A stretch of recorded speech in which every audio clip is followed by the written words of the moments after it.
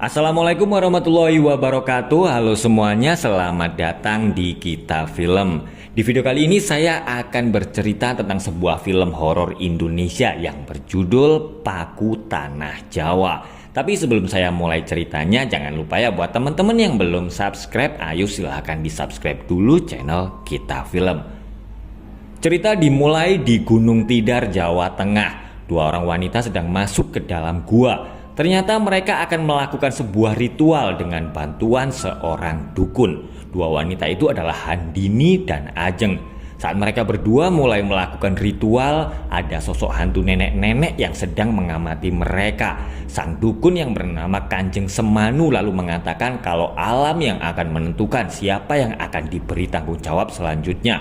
Selembar daun kemudian jatuh di pangkuan Handini. Kanjeng Semanu lalu menyuruh Handini untuk berendam di dalam kolam dan dikelilingi oleh ular-ular besar.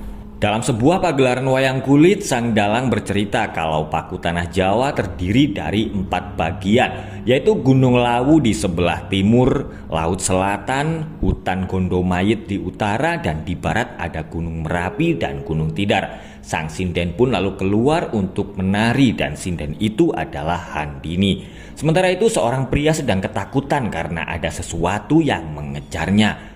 Putri Handini yang bernama Ningrum ternyata juga ada di situ dan melihat ibunya sedang menari. Tapi Ningrum langsung pergi karena dia melihat ibunya dikelilingi oleh banyak pria. Handini adalah seorang sinden terkenal di desanya. Sekelompok warga terlihat sedang berdebat karena selain menjadi seorang sinden terkenal, Handini juga dikenal sebagai wanita nakal.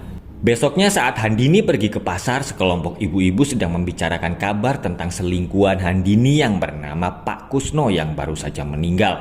Dia adalah pria yang tadi terbunuh di dalam hutan. Istri Pak Kusno yang bernama Dayu langsung terkejut karena dia melihat tubuh suaminya sudah membusuk, padahal dia baru saja meninggal tadi malam. Ningrum yang ada di situ tiba-tiba melihat kaki Pak Kusno bergerak. Sepupu Ningrum yang bernama Santi lalu merasa kalau orang-orang di situ seperti sedang memperhatikan mereka. Ternyata ada kabar yang tersebar kalau Pak Kusno meninggal setelah dia pulang dari rumah Handini.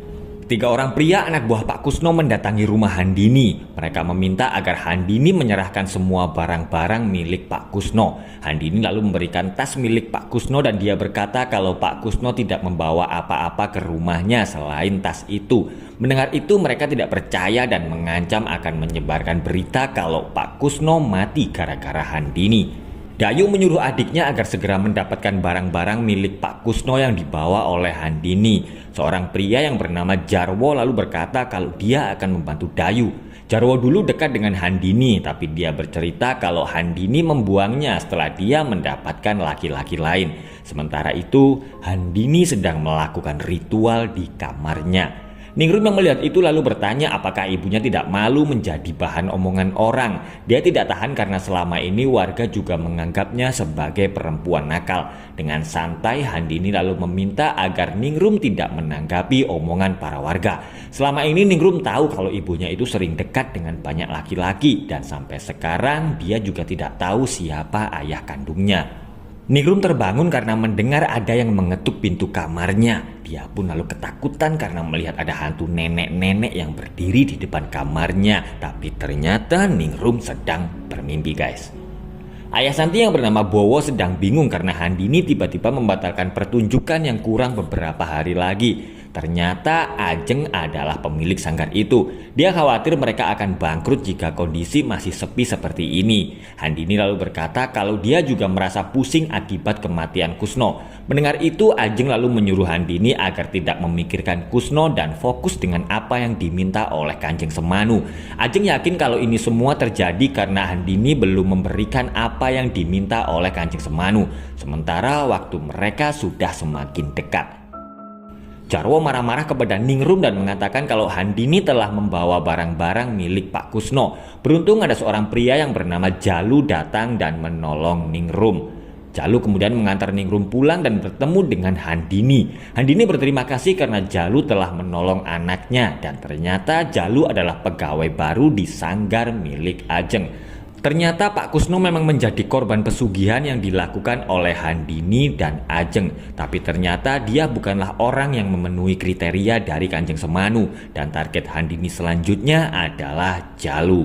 Santi yang sedang menjemur pakaian langsung ketakutan karena dia melihat ada sosok yang mengikuti Handini. Ternyata Handini menemui Jalu dan memberinya sebuah surat. Ningrum bercerita kepada Santi kalau akhir-akhir ini dia sering bermimpi ibunya berubah menjadi siluman ular. Ningrum juga berkata kalau dia sering melihat ibunya itu memakan kembang kantil sambil membakar kemenyan. Saat Bowo sedang ngopi, dia didatangi oleh beberapa orang dari Malaysia yang sedang mencari rumah Handini. Bowo bercerita kepada Jarwo kalau ada orang dari Malaysia yang mencari Handini. Mendengar itu, Jarwo langsung berpikir kalau sebentar lagi pasti akan ada korban baru. Malamnya, Handini sedang bersama Jalu. Handini berkata kalau dia mencintai Jalu dan mengajaknya untuk menjalin hubungan. Sementara itu, seorang pedagang cilok langsung berlari ketakutan karena dia melihat hantu nenek-nenek. Bowo yang sedang bersama Jarwo mendengar teriakan itu, lalu mereka melihat Handini sedang bersama Jalu. Mereka berdua lalu mengajak beberapa warga untuk mendatangi rumah Handini. Handini keluar dan menjelaskan kepada mereka kalau Jalu datang ke situ untuk menjenguk Ningrum yang sedang sakit. Diam-diam Santi mengikuti Handini yang akan melakukan ritual di depan rumahnya. Tapi hantu nenek-nenek itu tiba-tiba muncul dan menyerang Santi. Ningrum yang keluar langsung panik karena melihat Santi sedang kerasukan. Tapi Handini kemudian keluar dan menyadarkannya. Santi tidak bisa tidur karena hantu itu masih mengikutinya, tapi Ningrum tidak bisa melihatnya. Perlahan-lahan Ningrum keluar dari kamarnya dan dia pun langsung terkejut karena Santi tiba-tiba sudah ada di meja makan. Santi yang kembali kerasukan lalu menyerang Ningrum. Ningrum yang ketakutan segera keluar rumah untuk meminta tolong. Beberapa warga lalu segera memanggil Pak Kiai dan akhirnya Pak Kiai berhasil mengeluarkan setan yang merasuki Santi. Pak Kiai bercerita kalau sejak kecil Santi memang gampang dekat dengan hal-hal goib. Kedua orang tuanya sudah berusaha menutup mata batinnya, tapi usaha mereka selalu gagal. Tapi kali ini Pak Kiai merasa ada yang aneh. Dia mengatakan kalau ada jin jahat yang ditugaskan untuk mengganggu Santi. Jalu yang akan tidur langsung terkejut karena Handini ada di depan kamarnya dan mereka berdua akhirnya melakukan pertarungan sengit. Jalu tidak sadar kalau dia sedang bertarung dengan ular dan hantu nenek-nenek itu ada di sampingnya. Dan saat bangun, Jalu melihat ada bekas gigitan ular di punggungnya. Bowo mengantar orang-orang dari Malaysia itu untuk bertemu dengan Handini. Mereka adalah Amir dan asistennya yang bernama Fandi. Ternyata Amir jauh-jauh datang ke situ karena dia ingin mengadakan pertunjukan di Malaysia. Handini lalu memberitahu kalau malam ini mereka akan mengadakan pentas dan menyuruh Amir untuk datang. Amir pun langsung tersepona dan terpesona saat dia melihat Handini sedang menari. Ternyata Kanjeng Semanu menginginkan tumbal seorang anak tunggal. Tidak berapa lama kemudian Bowo datang dan memberitahu kalau Santi kerasukan lagi. Santi tertawa dan berjalan mendekati Handini. Dia berkata agar Handini tidak melanggar janjinya. Karena dianggap membahayakan mereka, Handini dan Ajeng lalu memasung Santi. Santi yang masih kerasukan lalu menyuruh Ningrum membantu ibunya mencari tumbal. Handini pergi ke Gunung Tidar untuk menemui Kanjeng Semanu. Dia lalu meminta maaf karena belum bisa membawa tumbalnya. Kanjeng Semanu lalu berkata kalau tumbal itu harus siap saat waktunya tiba, yaitu seorang anak tunggal yang lahir sungsang. Sebelum pulang, Kanjeng Semanu memberi sebuah jimat kepada Handini. Bowo meninggalkan Amir sendirian di sanggar karena dia masih menunggu Handini. Setelah Bowo pergi, pintu tiba-tiba tertutup. Hantu nenek-nenek itu lalu muncul dan menghabisi Amir dengan ularnya. Sementara itu Jalu sedang bersama Dayu karena dia ternyata adalah kekasih Dayu. Dayu marah-marah karena menganggap Jalu telah bersekongkol dengan Handini. Dia lalu membatalkan niatnya akan memberi uang kepada Jalu. Mendengar itu Jalu pun sangat bingung karena dia sangat membutuhkan uang itu untuk ibunya yang sedang sakit dan banyak hutang. Pak Kiai kembali berusaha menyadarkan Santi yang kerasukan. Jin itu berkata kalau dia telah diperintahkan Kanjeng Semanu membawa Santi ke alamnya. Setelah menenangkan Santi, Pak Kiai memberi Ningrum sebuah pusaka, yaitu tombak peninggalan dari seorang Kiai Sakti yang diambil di Gunung Tidar. Dan tombak itu disebut dengan tombak paku tanah Jawa. Pak Kiai yakin kalau Ningrum bisa menyelamatkan orang-orang yang telah melakukan perjanjian goib. Dia memberitahu Ningrum kalau Handini telah melakukan perjanjian goib dengan Kanjeng Semanu. Pak Kiai lalu menyuruh Ningrum mencari benda-benda yang digunakan oleh ibunya sebagai perantara pemujaan. Pak Kiai lalu berkata kalau ibu Ningrum sedang dalam bahaya karena tumbal itu seperti pisau bermata dua. Jika dia tidak bisa mendapatkan tumbal yang sesuai, maka Handini sendiri yang akan mati. Pak Kiai menyuruh Ningrum mengajak Santi untuk segera pergi menyelamatkan ibunya. Bowo akan kembali ke sanggar karena kunci rumahnya ketinggalan. Sesampainya di sanggar, dia pun langsung ketakutan karena melihat Amir yang telah mati. Sementara itu, Jalu datang ke rumah Handini. Handini lalu masuk ke dalam kamar untuk menyiapkan jimat yang harus dia lumuri dengan darah tumbal. Diam-diam Jalu melihat Handini yang sedang melakukan ritual. Dia pun terkejut karena melihat punggung Handini yang seperti kulit ular. Tapi bukannya pergi, Jalu malah masuk ke dalam kamar dan kembali melakukan pertarungan.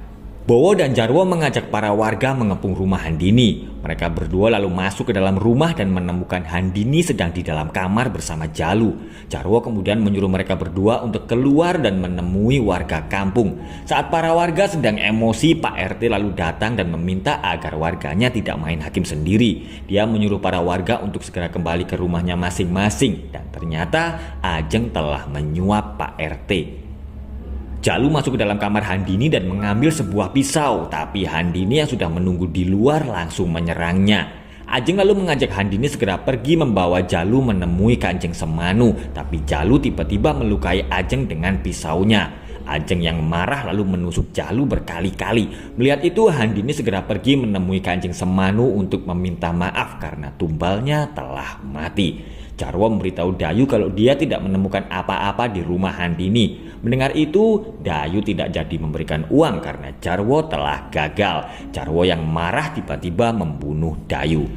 Dengan ditemani oleh seorang polisi, Pak RT meminta para warga untuk membantu menguburkan jenazah Amir. Melihat darah di lantai rumahnya, Ningrum segera mengajak Santi ke tempat Kanjeng Semanu karena malam ini adalah malam pengorbanan. Handini meminta maaf dan meminta agar Kanjeng Semanu memberinya satu kesempatan lagi. Mendengar itu, Kanjeng Semanu langsung marah dan akan membunuh Handini. Ningrum dan Santi perlahan-lahan masuk ke dalam gua, tapi hantu nenek-nenek itu tiba-tiba menyerang Ningrum dan hantu itu langsung pergi setelah Ningrum mengeluarkan pusakanya. Mereka berdua kemudian melihat Kanjeng Semanu yang akan menghabisi Handini. Hantu itu menyerang Santi dan Ningrum lalu melihat Kanjeng Semanu membunuh ibunya. Dengan membawa tombak paku tanah Jawa, Ningrum tiba-tiba bisa melompat jauh dan menyerang Kanjeng Semanu. Setelah Ningrum berhasil membunuh Kanjeng Semanu, hantu nenek-nenek itu kemudian menghilang. Ningrum menangis di depan mayat Handini. Dia lalu mengambil jimat yang dibawa oleh ibunya itu. Handini harus mati karena dia telah melakukan perjanjian goib. Dan di akhir film diperlihatkan Ningrum meneruskan jejak ibunya dan film pun selesai. Oke guys, itulah tadi alur cerita sebuah film horor yang berjudul Paku Tanah Jawa. Sampai ketemu lagi di alur cerita film berikutnya. Wassalamualaikum warahmatullahi wabarakatuh.